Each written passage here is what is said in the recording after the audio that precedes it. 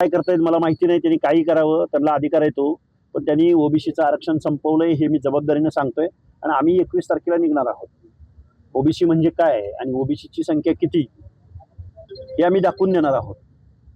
खरं तर आता इथं मी वेगळ्या कारणानं आलोय, तरीही मी तुम्हाला जबाबदारीने सांगतो की ओबीसीकडं तुझ्या भावाच्या भावनेनं बघितलं जातं. त्यांचं म्हणणं इथलं सरकार ऐकून घेत नाही, हा आमचा आरोप आहे सरकारवर. आज ओबीसीचं आरक्षण संपलेलं आहे, त्यामुळे आम्ही 21 तारखेला पुण्याच्या दौंड तालुक्यातल्या पाटस गावामधून आम्ही आमच्या मोर्चाची सुरुवात करणार आहोत आणि मुंबईला लाखोच्या संख्येने लोक येतील, हे मी अगदी तुम्हाला बॉन्ड पेपरवर लिहून देतो. त्यातल्या 22 सभा मी घेतल्या, त्यानंतर पावसाने ओढ दिलेली होती, शेतकऱ्यांचा प्रश्न होता, 22 सभा मी कंप्लीट केल्याच ना.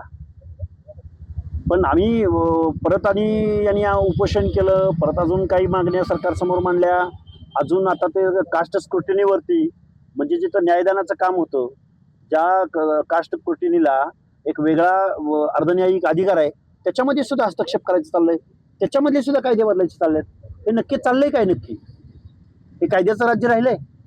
त्यामुळे सरकारच्या विरोधामध्ये 1 सप्टेंबरला ओबीसी म्हणजे काय असतो, ओबीसी हा जगन्नाथाचा रथ आहे.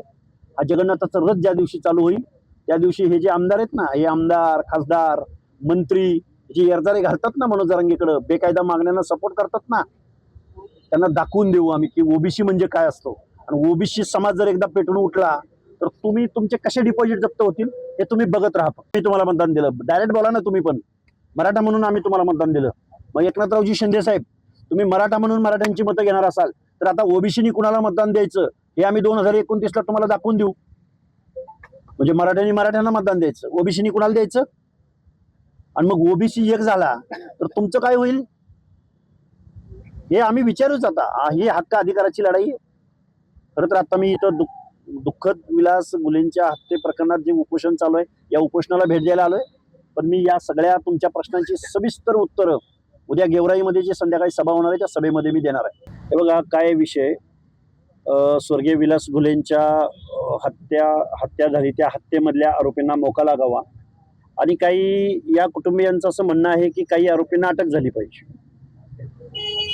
मुळामध्ये त्यांची जी ही मागणी आहे त्या निमित्तानं ते लोकशाही मार्गानं, सनदशीर मार्गानं इथं उपोषण करतायत आणि आज 12वा दिवस आहे. खरं तर प्रशासनानं पुढे यायला पाहिजे आणि त्यांच्या काय मागण्या आहेत त्या किमान ऐकून तरी घेतल्या पाहिजेत.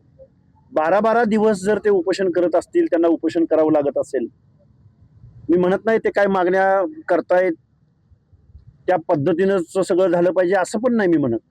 पण ॲटलिस्ट इथल्या पोलीस प्रशासनाची जबाबदारी आहे, इथल्या एसपींची जबाबदारी आहे. कलेक्टर ऑफिस समोर 15 ऑगस्टच्या दिवशी इथं पालकमंत्री येतात, इथं कलेक्टर येतात, एवढं स्वातंत्र्य दिन साजरा होतो. अशा परिस्थितीमध्ये एका मृताचा भाऊ, त्यांची आई, त्यांची पत्नी एवढे दिवस उपोषण करतात, म्हणजे त्यांच्याकडे दुर्लक्ष करून प्रशासनाला नक्की काय मेसेज द्यायचा आहे हे मलाही न उलगडलेलं कोड आहे. एसपी साहेब नक्की काय म्हणणं आहे, तुम्ही किमान ॲटलिस्ट इथं येऊन त्यांची भेट घेऊन त्यांचं काय म्हणणं आहे एवढं तरी ऐकायला पाहिजे होतं, असं माझं म्हणणं आहे. हे बघा नवनाथ आबांनी काय बोललो याचं मी समर्थन नाही करणार, पण तुम्ही जे ऐकताय गेल्या 2-3 वर्षापासून ते काय लई चांगलं आहे का? मनोज जरांगे काय हरिभक्त परायण काय अभंग समजावून सांगतायत का? लोकांच्या रंगावर, लोकांच्या व्यंगावर, लोकांच्या आईबापावर दूध गरम पाजलं का थंड पाजलं, ही कुठली भाषा आहे? सहन करा ना मग थोडीशी. मी नवनाथ आबांच्या वाक्याचं समर्थन अजिबात करणार नाही, पण मी काय म्हणतो, तुमचा बोलला की आपला तो बाब्या आणि दुसऱ्याचं कार्ट, सहन करावं थोडंसं तुम्ही. आम्ही नाही का सहन करत? काय बोलता तुम्ही भुजबळ साहेबांना, कुठल्या भाषेत बोलता? काय बोलला एका समूहाला शर्मेनं मान खाली घालायला लागेल अशी भाषा, वड्या वगळ्याच्या पैदाशी, उसातल्या पैदाशी तुम्ही नाही बोलला? मग सहन करा ना थोडंसं. वास्तव बोलतोय मी, परखड बोलतोय, कारण सुरुवात तुम्ही केली, मग आता कशाला वाईट वाटतंय तुम्हाला?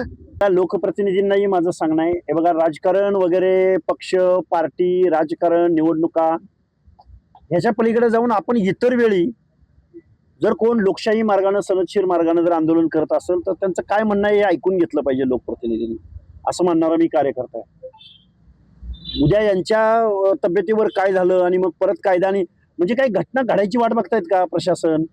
आणि घटना घडल्यावर तुम्ही मग त्याच्यावर कारवाई करणार आहात का? प्रिकॉशन म्हणून अगोदर येऊन तुम्ही काहीतरी गोष्टी केल्या पाहिजेत असं मला वाटतं. आणि असं दुर्लक्ष होणार असेल तर मग काय लोकशाहीमध्ये एकाला एक न्याय आणि दुसऱ्याला दुसरा न्याय.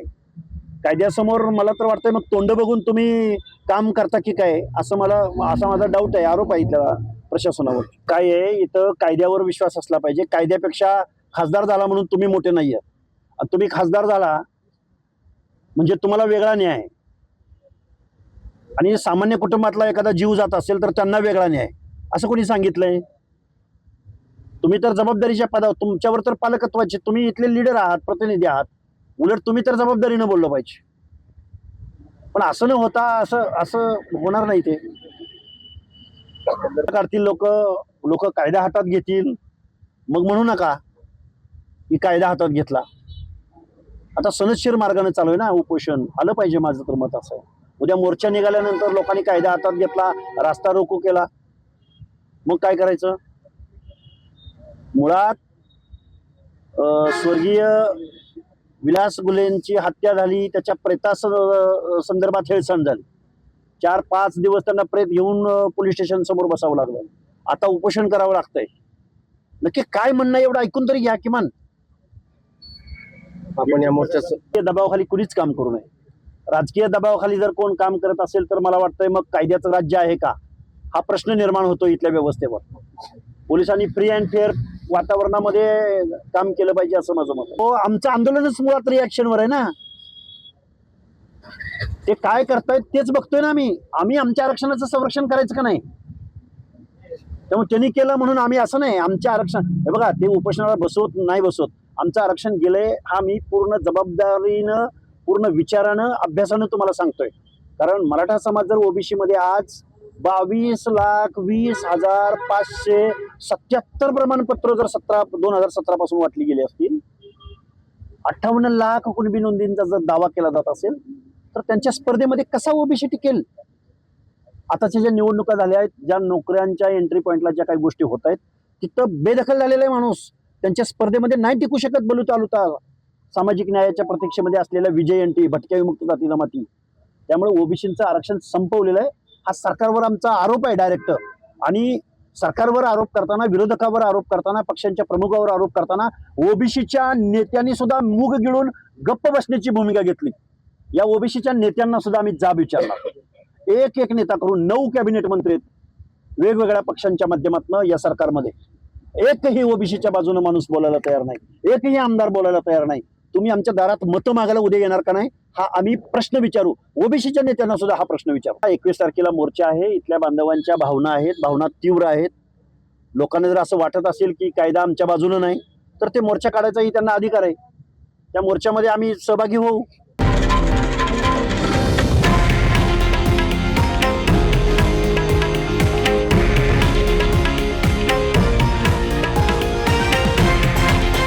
हे आहे देशातील नंबर 1 न्यूज नेटवर्क आणि आपण पाहत आहात TV9 मराठी, एकमेव.